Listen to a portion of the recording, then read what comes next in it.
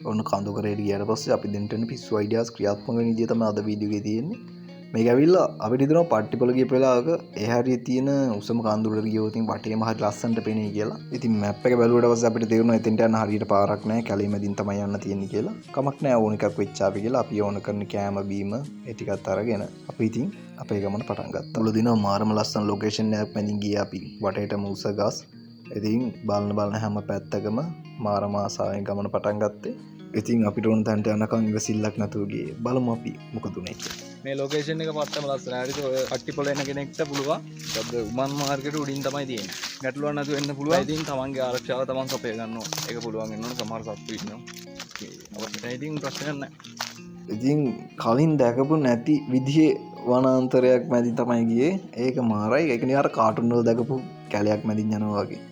ඒක ඉතින් වෙනම අත්දැකීමක්. මුලින් නම් පාරක් තිබ්බ කැලේම ඉතින් අපි ඒක දිගේ හිමීට ගියා ඉස්සරහට. ඒ යනකොට අහුවෙච්ච යාළුවෙක් තමයි මේ. ඒ පැත්තේ ඉන්න කටුස්සෝන්ගේ අන් තියෙනවා අගට. අන් කටුස්ස කියලා කියන්නේ. ඉතින් මේ පැත්තටම විශේෂම කෙනෙක්. ඉතින් ඔහොම ටික ටික අපි අර පාර දිගේ හිමීට ගියා ඉස්සරහට. ඒක නිකන් අර මේ කැලේ තියෙන අර දැව කපන කාලෙට ඒ කොටන් අරගෙන යන්න තිබිච්ච පාර. ඉතින් මේ අපි ඒක දිගේ හිමීට ඉස්සරහට ගියා. එන්න ඉතින් ගමන චුට්ට පාරත් පටු වෙනවා. පරිසර වෙනස් වෙනවා. නිතර වෙනස් වෙනවා. එක තැනක තියෙන ගස් නෙමෙයි තව තැනක තියෙන. ඒක මාරයි. ඉතින් ඒ නිසා අපේ කුතුහලෙත් එන්න වැඩි. ඉතින් මහන්සි. හැබැයි අර කුතුහලේ වැඩි නිසා අපි දිගටම ගියා. ඉතින් කවිත් මටම සෙට් වෙන කෙල්ල මට වඩා ට්‍රැවලින් වලට ආසයි කැලේට. ඉතින් අර කුරුල්ලෙක් හරි මලක් හරි දැක්කොත් එතනින් අරන් යන්න මාරුයි. නැත්තම් කිසි වැරද්දක් නැහැ. ඉතින් සද්ද නැතු වෙනවා. මේකේ විශේෂම දේ තමයි මාරම නිහන බවක් තිබ්බා. ඒ කියන්නේ ස්වභාවික සද්ද විතරයි කුරුල්ලුන්ගේ සත්තුන්ගේ සද්ද. ඒක මාරයි. මාර නිදහසක් දැනුණා එතකොට. ට්‍රැවලින් කියන්නේ හැදුනොත් හොඳ කරන්න බැරි පිස්සුවක් ඇත්තට. ඒක වෙන මාතල වෙනම රහක් තියෙන එක. හැබැයි විශේෂම දේ දන්නේ නැති පළාත්වල කැලවල් වලට තමයි එන්නේ. අපි දෙන්න එන්න කලින් පොඩ්ඩක් හොයනවා. හරිද? පොඩ්ඩක් හොයලා බලනවා කැලේ ගැන. මේ ඉන්න සත්තු මොන වගේ කට්ටියද, පැති මිනිස්සු මොන වගේද හැමදේම. මේ කැලේ සාමාන්‍ය මොන වගේද කියන එක පොඩි අයිඩියා එකක් තියෙන ඔළුවේ. ඉතින් මේ ගහ කඩාගෙන වැටිලා තියෙන තැන ඒතන තිබිච්ච විදිහෙන් මට තේරුණා මෙතන වැඩිය මිනිස්සු එහෙම ගිහිල්ලා නැහැ කියලා කාලෙකින්. කොහොම හරි අපි මොන බාධකේ තිබ්බත් ඉස්සරහටම ගියා. ඉතින් එන්න කුතුහලේ වැඩි වුණා. කැලේ ස්වභාවයත් එන්න වෙනස් වුණා. ඉතින් කොච්චර නීරවත් තිබ්බත් මම පොඩ්ඩක් අවධානයෙන් ගියේ. මොකද මේකේ වලස්සු, දිවියෝ, ගෝන්නු වගේ සත්තු ඉන්නවා. ඉතින් යාලෙන් කරදර වෙන්න පුළුවන් නිසා. ඉතින් ඒකත් ඔළුවේ තියාගෙන තමයි ඉස්සරහට ගියේ. ඉතින් මෙතනින් එහාට කන්ද මුදුනට යන්න නම් මේ කැලේ මැදින් යන්න ඕන කම තිබ්බා.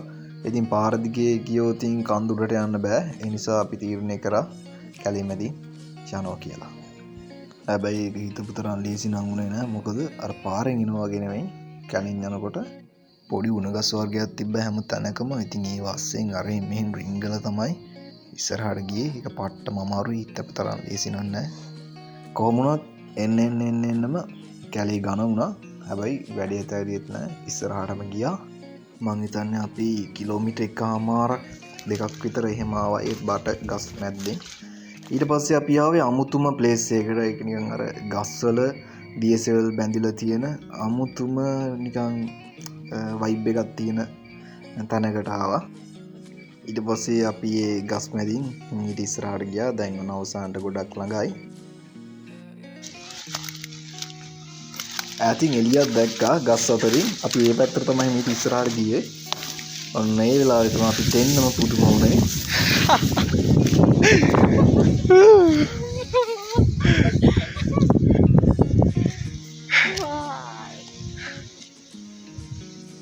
හේ වෙන කුඩල්ලුත් කාගෙන මේ කැලේ ඇතුලෙන් ආවා. අපි ආපු තැන හිතා ගන්නත් බෑ. ඒක මාරම හැඩයි. පිස්සු හැදෙනවා මේ. දැක්කද? ඈත වේනෝ මාරම ලස්සනයි. පට්ටම ලස්සනයි.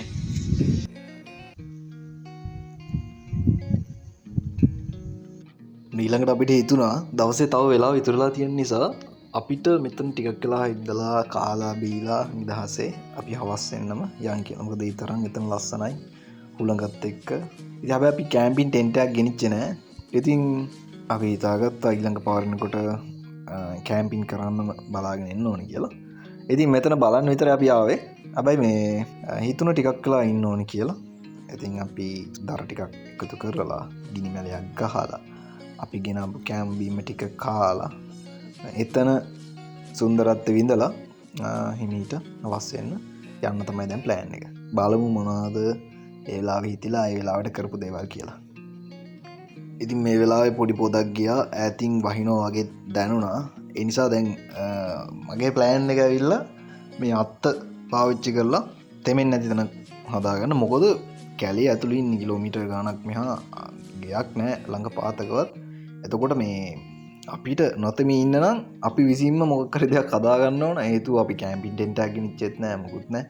ඒ නිසා ඉතින් ඒකට මට හිතුන මේ අත්ත තියෙන හැඩෙත් එක මට එක් කරන්න පුළුවන් වෙයි කියලා. ඉතින් ඒක වෙනම අත්දැකීමක්. එතෙන්දී අර තැන්ට සුදුසුනුවන පාවිච්චි කරන්න ඔන්න වගේ දෙයක් වුණේ.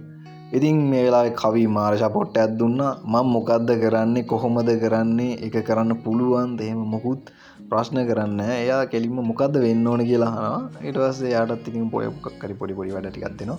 ඊට පස්සේ එයා ඒ ටික කරලා දෙනවා. ඉතින් අපි දෙන්නත් එක්කම මේ වැඩේ ලස්සනට කරා බලමු කොහොමද මේක හැදුවේ කියලා. ඉතින් කෙනෙක්ට හිතෙන්න පුළුවන් මේවා හරි විකාර වැඩ කියලා මේ පිස්සු වැඩ කියලා. මම නම් හිතන්නේ මේ වගේ පිස්සු දේවල්තුත් කරලා තියෙන්න ඕන ජීවිතේ. ඒක අර නිකන් ජීවිතය කියන පොතේ එක පිටුවක් වගේ. ආයි ආපස්සට ගන්න බැරි දේවල්. ඉතින් මන්න හරි ආසාවෙන් කරේ. අපි දෙන්නම් මේ වගේ දේවල් වලට පට්ටම ආසයි. ඇත්තටම කියනවා නම් ටාගට් ඇචීව් කරගෙන ජීවිතේ විඳිනවට වඩා ජීවිතේ විඳින ගමන් ටාගට් ඇචීව් කරගන්නකොට අපිට අර විඳින්න තියෙන ටයිම් එක ගොඩක් වැඩි.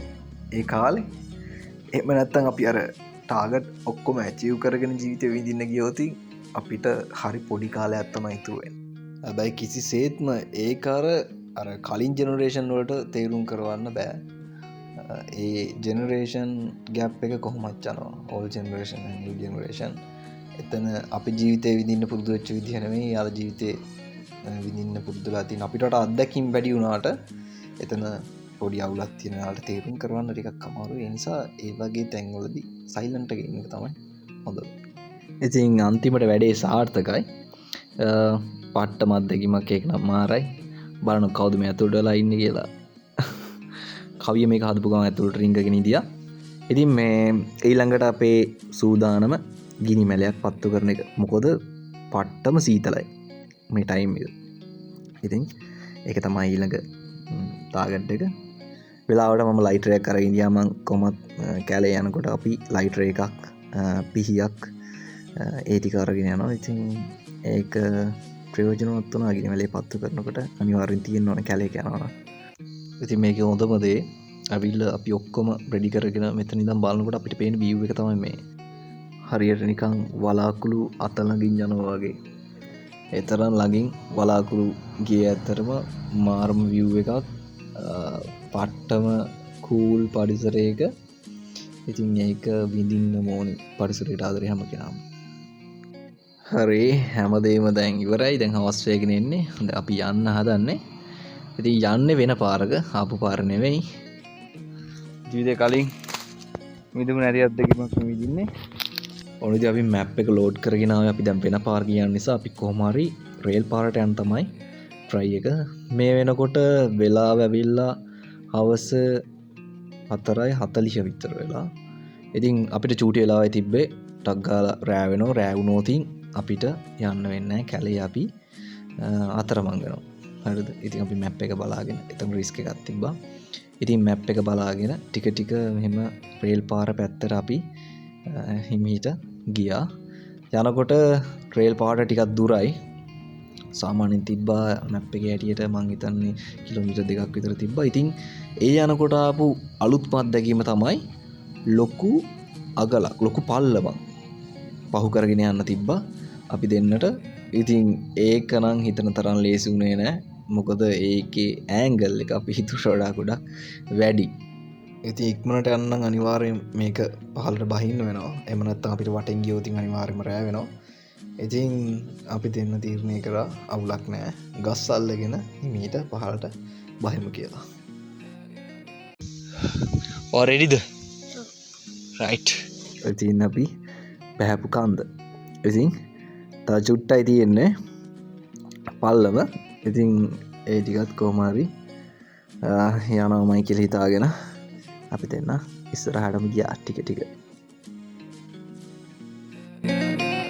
මන්දෙන් හිත ගන්න මගේ නුඹ දැක ක්‍රොස් උනේ මගේ හිත මේ කලම් පවි ඇස් ළඟ පත ඉස් කරකෙවි නුඹ ළඟ පිස්සු වගේ අකලටම වැස්ස වගේ වියලුණු තොල් තෙත්තුනායේ බැලඟින් යන කැස්ස වගේ ඉන වෙන වටේ මීදුමෙන් වැහිලා ඒක ඇවිල්ල වෙනම ෆීලින් උස ගස් මැද මීදුමෙන් වැහිලා තියෙන මේ ෆීලින් එක ඇවිල්ලා මාරයි. තරම් සුපිරි. තවද ගොඩක් දුර යන්න ඕන. දැන් පාර හොයාගෙන ඕනේ යන්න. සිග්නල් නැතුණු Google Map එක යූස් කරන්න විදියක් නැහැ. ගොඩක් දේවල් තියෙනවා. ගොඩක් චැලෙන්ජ් තියෙනවා දැන් ඉස්සරහට. හැමදේටම මුහුණ දීලා යන්න තියෙන්නේ. මං හිතන්නේ අර පැත්තට අපි යන්න තියෙන්නේ. හැබැයි මේ පැත්තද කියලා හරියටම ෂුවර් එකක් නැහැ. හිතාගන්න බෑ. ඉරේලියක් වැටෙන්නේ නැහැ. නැගිනහිර කොහෙද උතුර කොහෙද හිතාගන්න බෑ. ඒ කඳු කරේ වලාකුලක් මැද අපි දෙන්න ඒ වෙලාවේ ඒ තනියෙන් විදියේ දැනිච්ච නිදහස, ඒ නිහඬ බව, ඒ කූල් එක, ඒක මාරයි. ඒක ඇත්තටම අත්විඳින්න ඕන. ඉතින් ටිකලා ගියාම ඒ හැමදේම ආයි සාමාන්‍ය තත්ත්වයටපත් වුණා. ඒක හරියට පොඩි නිකන් මූමන්ට් එකක් වගේ. ඉතින් මේ ඊට පස්සේ අපි ආයි අපේ ගමන පටන් ගත්තා. ගෙදර එන ගමන. ඉතින් කොහොමරි ටික අපි ආයි කැලේ මැදි ඉස්සරහට එන්න ගත්තා. එතකොට අපිට අර කලින් වගේම පාරක් හම්බුණා. ඒ පාර දිගේ තමයි ඉස්සරහට ආවේ. ඉතින් ඒ නිසා ලොකුවටම අවුලක් වුණේ නැහැ. ඉතින් අපි කොච්චර දුර පයින් ඇවිදගෙන ආවද කියලා ඔයාලට පෙන්නන්න තමයි මම මේ ක්ලිප් එක ස්පීඩ් කරලා දැම්මේ. තව දෙයක් කියන්න ඕන, ඔය කැලේ ගිනි මැල ගහනකොට ඒක අනිවාර්යෙන් හොඳටම නිවලවන එන්න. අනිත් එක තමයි අපි ගෙනියන ප්ලාස්ටික් කවර, ඊට පස්සේ බෝතල්, ඊට පස්සේ එක ටින් ඒව දාලා එන්න හොඳ නෑ. ඒවත් අරගෙන එන්න ඕනේ විදිහටම අරගෙන ඇවිල්ලා කොහේ හරි කුණු කොටකට දාන්න. ගිනි තියෙන තැනකට හරි විනාශ කරන තැනකට හරි. ඒක අපේ ඇඟේම තියෙන ඕන දෙයක්. අනිවාර්යෙන් මතක තියාගන්න කැලේ යන හැම කෙනෙක්ම. ඔන්න දැන් අපිට රේල් පාර පේනමානේ තියෙන්නේ. ඈත ගෙවල් ටිකක් එමු පේනවා රේල් පාරත් එක්කම. අපි ටික ටික ඒ පැත්තට ගියා. හැබැයි අපි හිතුව දේ නෙවෙයි උනේ. ඇත්තට මෙතන ගෙවල් නෙවෙයි තිබ්බේ. නිකන් ඇතැරලා දාපු බිල්ඩින් වගේ හරියට පේනවා නිකන්. හිතාගන්න බෑ මොකද්ද කියලා. සමහරවිට මේ පැත්තේ දන්නව ඇති මොකද්ද කියලා මේ තැන. ඉතින් මේ කිසිම මිනිස්සෙක්, කිසිම සතෙක්, කිසිම සලකුණක් නැහැ. ඉතින් හරි අద్භූත ගතියක් තිබ්බා. දැක්කට පස්සේ පාළු ගතිය, අනේ හොල්මන් වගේ. ඉතින් ටික ඕන එකක් වෙන්න කියලා හිතාගෙන අපිට ළඟටම ගියා. කැලෙන් එළියට එනකොට මේ අතෑරලා දාපු බිල්ඩින් එකක් හම්බුණා. ඒක ටික දිග ශාලාවක්.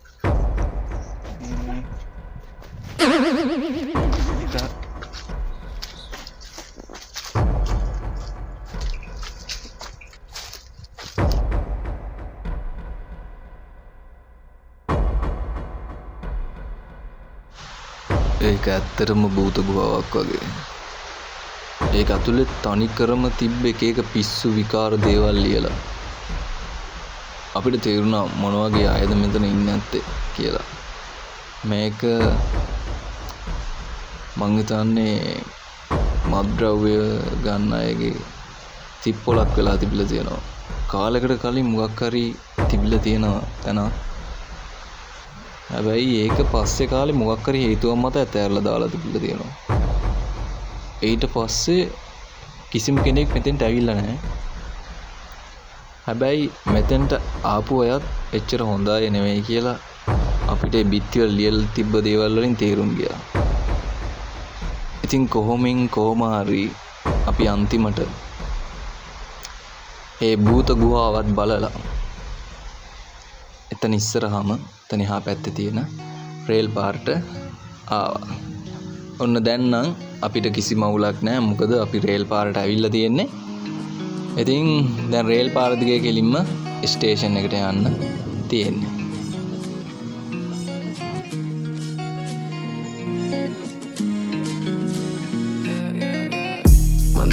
හිතගන්න මගේ නුඹ දැක cross උනේ මගේ හිතමේ කලම් පවි ඇස් ළඟ පද ඉස් කරකෙවි නුඹ ළඟ පිස්සු වගේ අකලටම වැස්ස වගේ වියලුණු තොල් තෙත්තුනායේ බැලඟින් යන කැස්ස වගේ ඉන වෙන ඔය ලස්සන දෙන්න ඔය ඇස්තේ මන බැඳු කරනාවක් මට කියපන් මන බැඳු කරනාවක් මට කියපන් නින්දට කියමන් නුඹව තියලා නින්දම තියපන් නුඹම ඉඳලා නින්දට කියමන් නුඹව තියලා නින්දම තියපන් නුඹම ඉඳලා